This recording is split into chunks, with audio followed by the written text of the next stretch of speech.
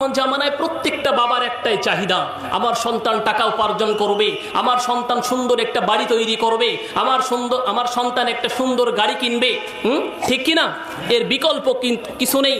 আমার সন্তান মানুষ হলো কিনা, আমার সন্তান সুসন্তান হয়ে গড়ে উঠতেছে কিনা, কোনো মা বাবা এই দিকে ভ্রুক্ষেপ করে না। তো লুকমান হাকিম তার সন্তানকে বলছে, সন্তান, 4টি নসিহত করব, 4500 নসিহতের মধ্য থেকে তোমার জন্য বাছাই করেছি। সুবহানাল্লাহ, একটু জোরে বলেন না। লুকমান হাকিম সন্তানকে ডেকে বলে, সন্তান, আমি তোমাকে 4টি নসিহত করতে চাই। যে 4টি নসিহত আমি তোমার জন্য 4500 নসিহতের মধ্য থেকে বাছাই করেছি, পছন্দ করেছি, চয়ন করেছি। তোমার জন্য 1 নম্বর নসিহত হলো, احفظ لسانك في مجالسة الناس احفظ لسانك في مجالسة الناس লুকমান হাকিম ডেকে বলে, সন্তান, তোমার জন্য 1 নম্বর নসিহত হলো, তুমি যখন মানুষের ভিতরে বসবা, তুমি যখন মানুষের ভিতরে উঠা বসা করবা, তুমি যখন চায়ের স্টলে বসবা, তখন তোমার জিহ্বাটারে তুমি হেফাজত করবা। সুবহানাল্লাহ বলবেন না? কি হেফাজত করার কথা বলেছে? জিহ্বাটাকে হেফাজত করবা।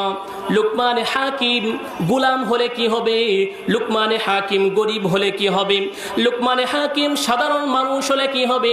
আল্লাহ তাআলার কাছে লুকমান হাকিমের দাম একজন নবীর চাইতে কম নয়। লুকমান হাকিমের দিলটাকে আল্লাহ তাআলা বড় পছন্দ করেছেন। লুকমান হাকিম সন্তানকে ডেকে বলে, সন্তান,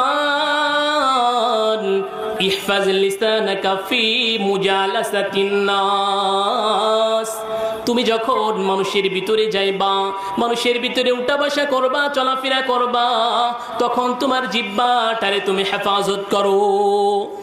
কারণ কি? লুকমান হাকিমের কথার সাথে নবী আলাইহিস সালাতু ওয়াস সালামের কিছু কথা মিল আছে।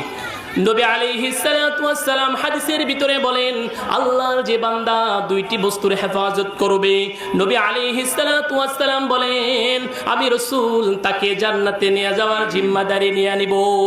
সুবহানাল্লাহ। নবী আলাইহিস সালাতু ওয়াস সালাম বলেন, আল্লাহর কোন বান্দা যদি 2 চোয়ালের মাঝখানের বস্তুর নাম হচ্ছে জিহ্বা, জিহ্বাটাকে হেফাজত করে, আর 2 উরুর মধ্যবর্তী স্থানের নাম হচ্ছে লজ্জা স্থান, আল্লাহর কোন প্যারা বান্দা যদি জিহ্বা আর লজ্জা স্থানকে হেফাজত করে, নবী আলাইহিস সালাতু ওয়াস সালাম বলেন, আমি রাসূল তারে জান্নাতে নিয়ে যাওয়ার জিম্মাদারি হয়ে যায়। সুবহানাল্লাহ। এজন্য লুকমান হাকিম সন্তানকে 1 নম্বর নসিহত করলেন, সন্তান, তুমি যখন মানুষের ভিতরে যাইবা, উঠা বসা করবা, তখন তোমার জিহ্বাটারে তুমি হেফাজত করবা। সুবহানাল্লাহ বলেন।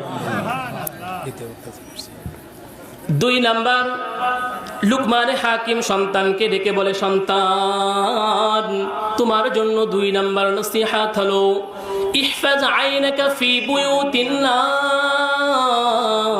2 নম্বর নসিহত হলো, তুমি যখন মানুষের ঘরের ভিতরে প্রবেশ করবা, তখন তোমার চক্ষুটারে তুমি হেফাজত করো। কি করবে? চক্ষুটাকে হেফাজত করবে। কোথায় গেলে? যখন কারো বাসার ভিতরে প্রবেশ করবে, ঘরের ভিতরে প্রবেশ করবে। আরে লুকমান হাকিমের জমানায় মহিলাদেরকে ঘরে না ঢুকলে দেখা যেত না। লুকমান হাকিম যদি আমাদের এই জমানায় থাকতেন, লুকমান হাকিম সন্তানকে বলতেন, সন্তান, ইহফাজ আইনাকা ফিত তরিক, তুমি যখন রাস্তাঘাটে বের হইবা, তখন তোমার চক্ষু 2টারে হেফাজত করো। যেহেতু ওই সময় নারীদেরকে বাহিরে দেখা যেত না, যার কারণে তার সন্তানকে নসিহত করছে, সন্তান, যখন তুমি কারো বাসার ভিতরে, ঘরের ভিতরে প্রবেশ করবা, তখন তোমার চক্ষু 2টারে হেফাজত করো। এর প্রসঙ্গে নবী আলাইহিস সালাতু ওয়াস সালাম বলেন, আল্লাহ সুবহানাহু ওয়া তাআলা যেই ব্যক্তিকে জন্মান্ধ করে দুনিয়াতে পাঠায়, কি করে? জন্মান্ধ করে দুনিয়াতে পাঠায়, যার চোখের 2টি আলো আল্লাহ তাআলা কেড়ে নিয়েছে, নবী আলাইহিস সালাতু ওয়াস সালাম বলেন, আল্লাহ তাআলা তার 2 চোখের আলোর বিনিময়ে তার জন্য জান্নাতকে ওয়াজিব করে দিয়েছে। সুবহানাল্লাহ।